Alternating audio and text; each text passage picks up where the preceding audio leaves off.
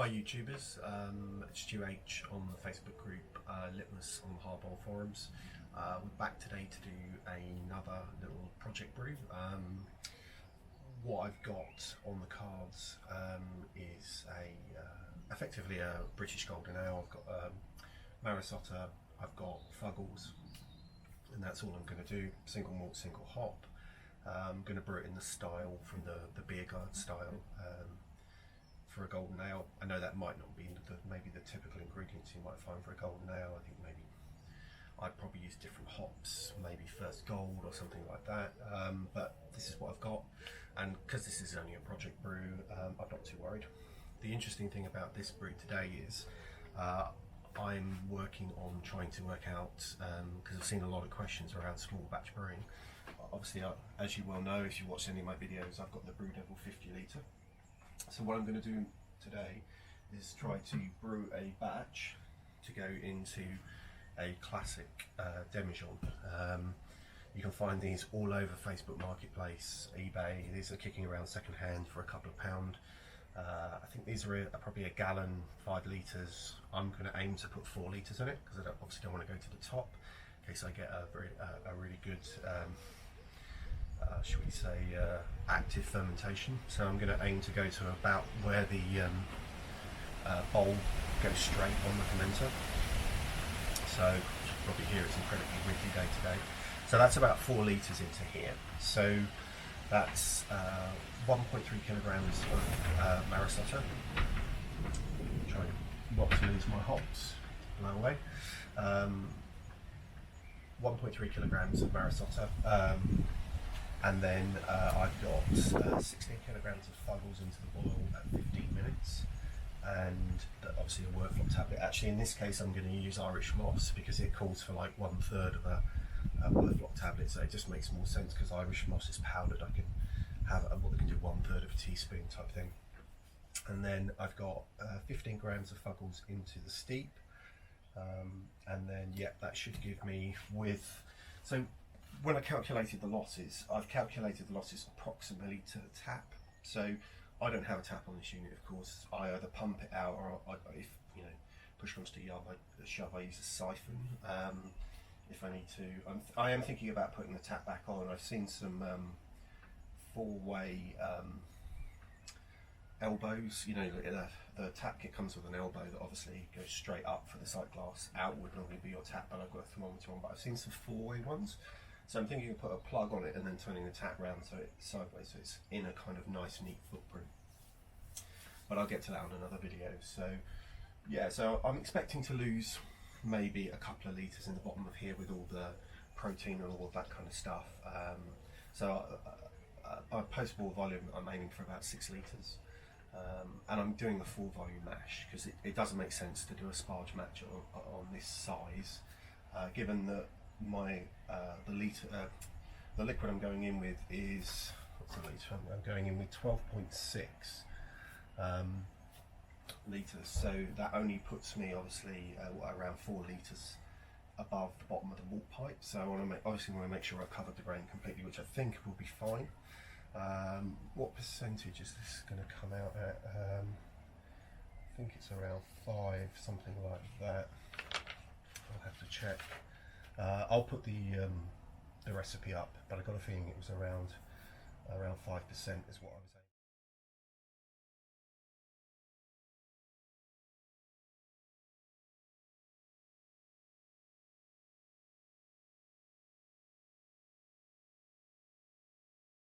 Is what I was aiming for. Yeah, I'll put the link up to the recipe, and I'm using. I'm obviously going to be using the telescopic overview that I reviewed in my last video, because that's going to help me keep the screen as low as possible. So yeah, I don't think there's anything to add for the moment. This is just kind of the introduction. I'm not going to take you through the whole brewing day. I will show you some discrete shots of things like how the grain is sitting in the malt pipe, and things like, is the cooler long enough to reach it? What do you do about the hop spider? Because that isn't probably going to reach to the bottom, so I'm going for a slightly different approach on that. So yeah, I think that's it for now. I'll a step back in and step back out in terms of the video, so I won't show you everything. But if there's something I didn't show you and you want to know, just reach out to me and I'll just come on the Facebook group and I'll put the video up there. You can find it and just comment. So hopefully today will go okay. Hopefully I'll challenge some thinking about what actually the smallest brew you can do in here is. So I've stuck the unit in manual and I've put it to 66.7, which is my mashing temperature. I'll let it come up in manual on 3000 watts, set for 1 minute, so it'll come up, stay at that temperature for around 1 minute, and then it'll give me an opportunity to sort of do a little bit of a rest and then bring it up. I'm going to program the controller in a minute. So something I forgot to mention at the beginning was that I've dropped my brew house efficiency. What I've done is I've dropped it by 4%, so I'm working on the best case scenario, I guess. I also have brewed a slightly stronger beer for the sort of style, so if it comes up a little bit short, I won't be sad, it'll be fine. I'm not really worried about hitting the numbers today.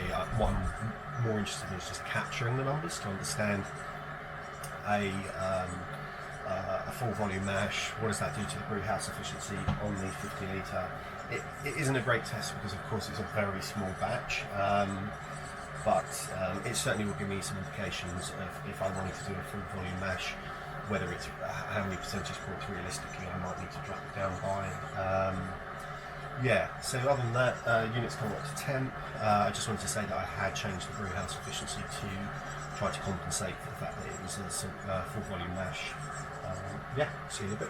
Cheers. Oh, and I did do some water additions. So CRS and DWB to match sort of traditional ale effectively. So I've changed my water profile just slightly.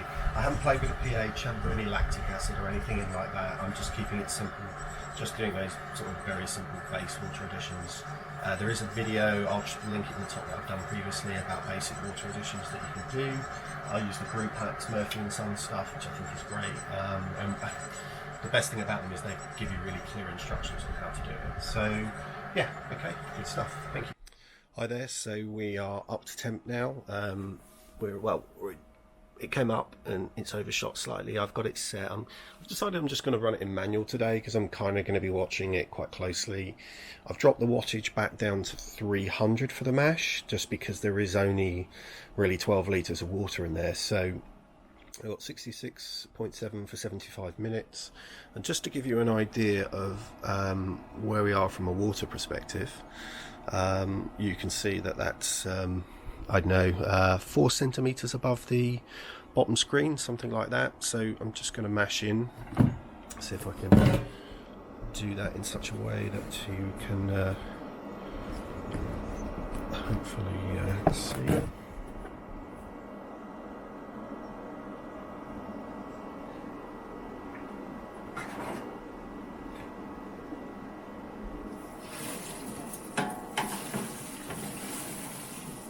I guess the challenge here is going to be grain absorption, which is, I guess, my big concern here, is how much the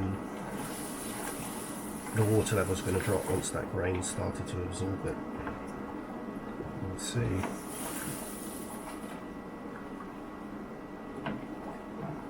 So far so good, it's about a third in, it's not too thick.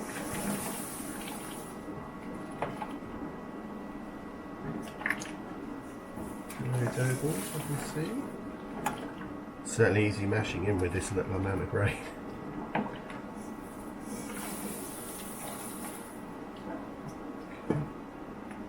It's still not too bad, the mash consistency at the moment. I'm pretty much all in now.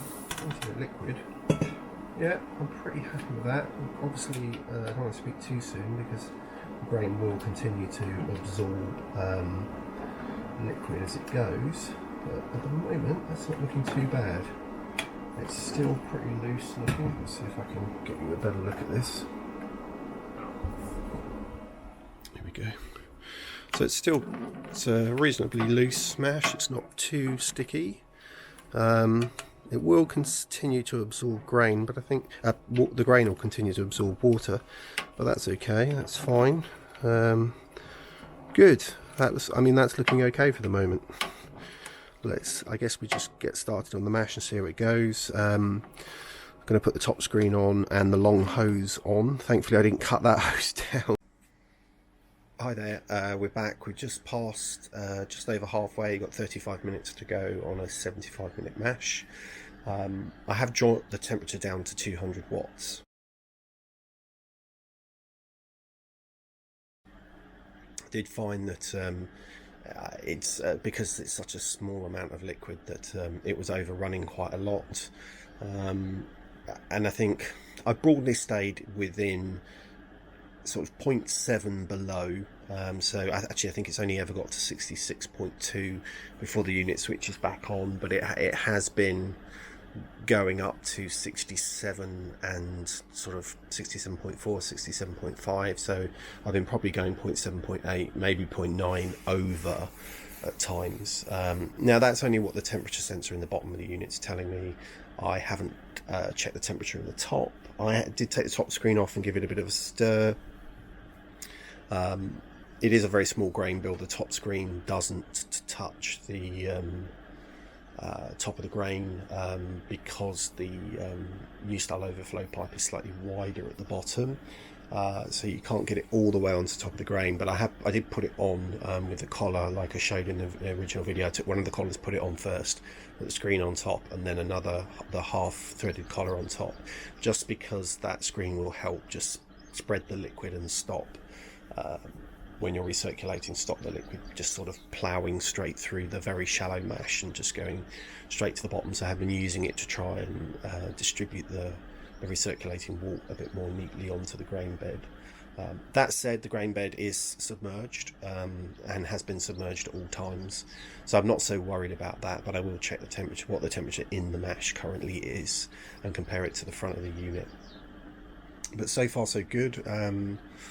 Other than it being quite a long way down inside the unit and you having to sort of I haven't got mine that high, but I am on sort of tiptoes trying to reach my arms into the bottom of the unit to do anything that I need to do. So that's quite interesting. Never had that challenge before. But so yeah, so far so good. I'll be checking I might do a quick test on the specific gravity in a minute. I'm rehydrating the yeast at the moment.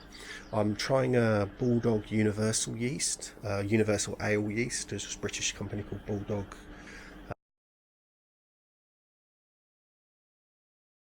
So I'm going to give that a try on this brew. So yeah, just a quick update. More to follow. All right. Oh, and I have been passing the time by watching. I think they're called the Rebel Brew Club, who are brewing today live on Facebook. It's Sarah's the club Sarah's a member of. So they're brewing for I think they're collaborative beer for BrewCon today. So I have been watching somebody brew live while brewing live, which is always quite entertaining. Very good. All right, speak to you all in a bit. Bye. Hi there, so we are just about 16 minutes into the boil, so everything's going really well. I'm actually pleasantly surprised at how easy it's been to do. It's not been too fiddly doing a small batch brew. The most annoying thing has been kind of dangling your arms in the unit to take out plates and things.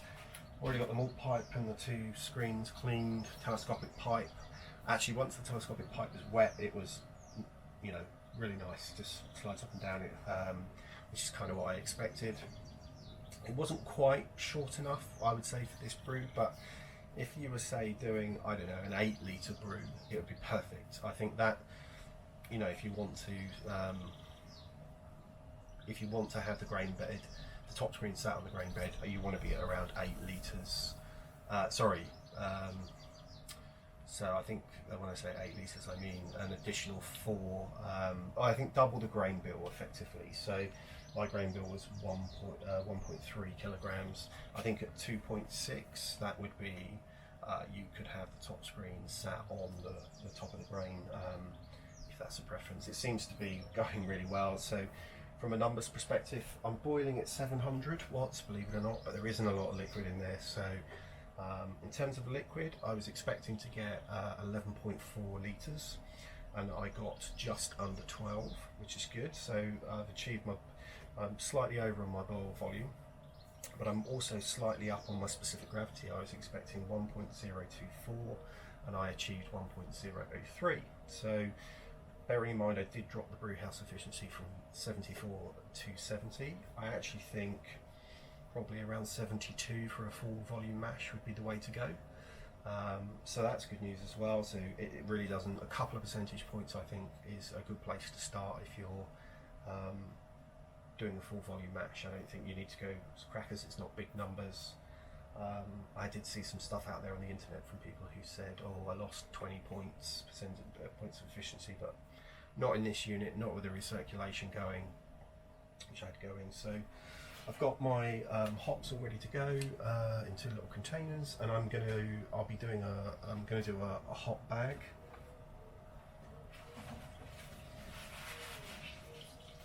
Just with that soaking in star sand. It may not look like the cleanest hop bag in the world, but it has been.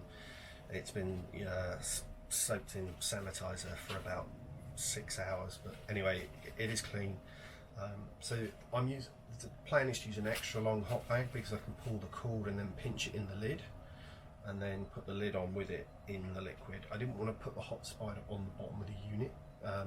Sorry, not the hop spider, the hop basket on the bottom of the unit, because I don't want to stand anything on the element. So I figured this was a good solution. You can pick these up for a couple of quid in your local homebrew store. Yeah, so that's the plan. That's how I'm going to do the hops. My first hop addition is at 15 minutes. Yes, I'm going into 15 minutes. I don't want to really, in terms of bitterness, I'm right at the bottom end of the style, but I still want it to be. I still want it to have hop forward. So I'm going for a late addition with just a slightly smaller addition into the steep. So I want it to be hoppy but not bitter, if that makes sense. Yeah, so I'm going to pause the video here. I've got a bit of time now. I think I can probably, it's so low in the unit, I don't think I've got to worry about a hot break and a boil over. So yeah, I'll come in and update you in a bit. Thanks.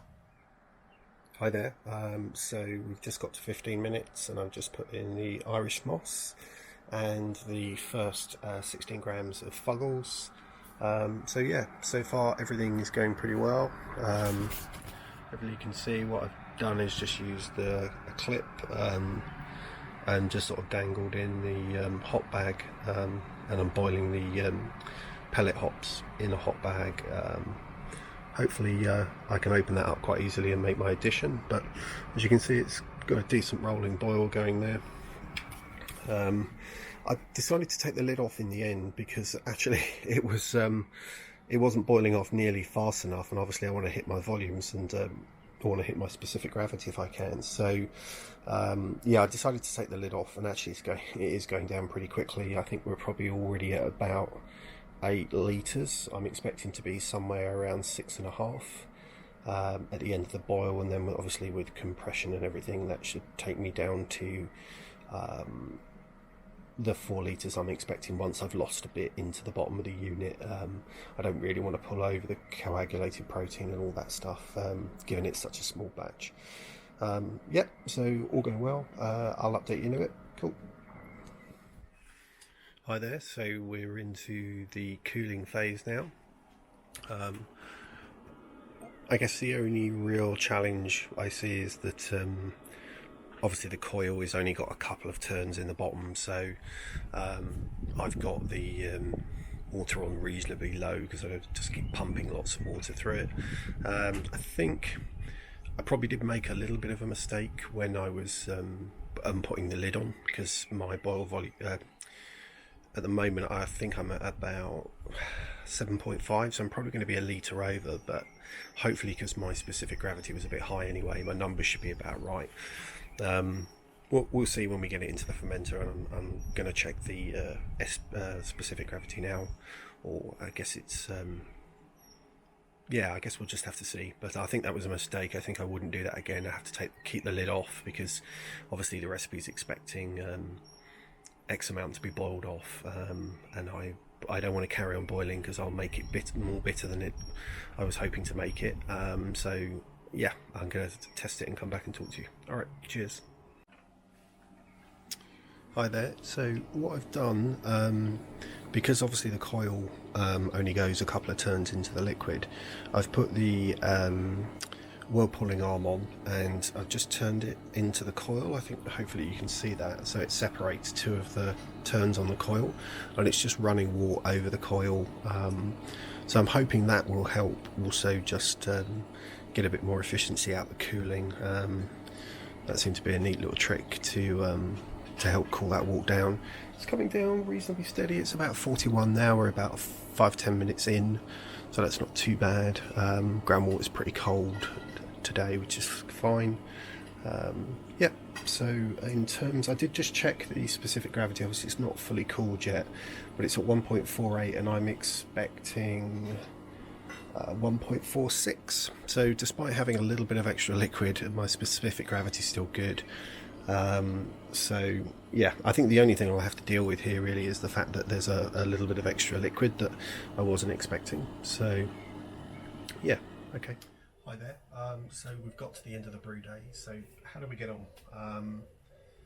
You know, in terms of doing a small batch brew in the BrewDevil 50 litre, it's totally doable. I think I went for the most extreme because obviously my into the fermenter volume was 4 litres, right? So I planned on having 6 litres in the unit, leaving a couple of litres behind, remembering that tap height's about 2.4 litres. So that was my plan, to leave a couple of litres of whatever sediment, hop, stuff, etc. behind. But I probably made a mistake by putting the lid on at the beginning of the boil. Should have done that, and I'll tell you for why. So from a full disclosure perspective, what I've done is I've put the 4 litres I was expecting into the demijohn with the yeast, etc. So we'll ferment that out and see what that comes out like. And what I've done is empty everything that's left in the unit into a measuring jug. And we've got just shy of 3.5 litres there. So I was expecting to leave behind 2 litres, and as that's starting to settle out, that is mostly gunk and nasty stuff. So about 1.5, just 1.6 litre so far is settling out, which is significantly more than in this, of course, because this has got everything from the bottom of the unit. So I think if I boiled it, if I had let the lid off, I would have probably had a -1 litre based on how it boiled over the hour. So that would have put me at about 2.5, which is actually kind of where I'd expect it to be. However, I think I dropped the brew house efficiency down too low. I think the brew house efficiency should have been 72. So my final numbers were, I had 8 litres in the BrewDevil at the end of the boil. I was expecting 6, after the end of the cooling, not the boiling, after I cooled everything, I was expecting 6, I had 8. I was expecting an original gravity of 0.46 and I had 0.485, so it's pretty close to the 9, but I'm going to round it down for just for sort of not over-egging it.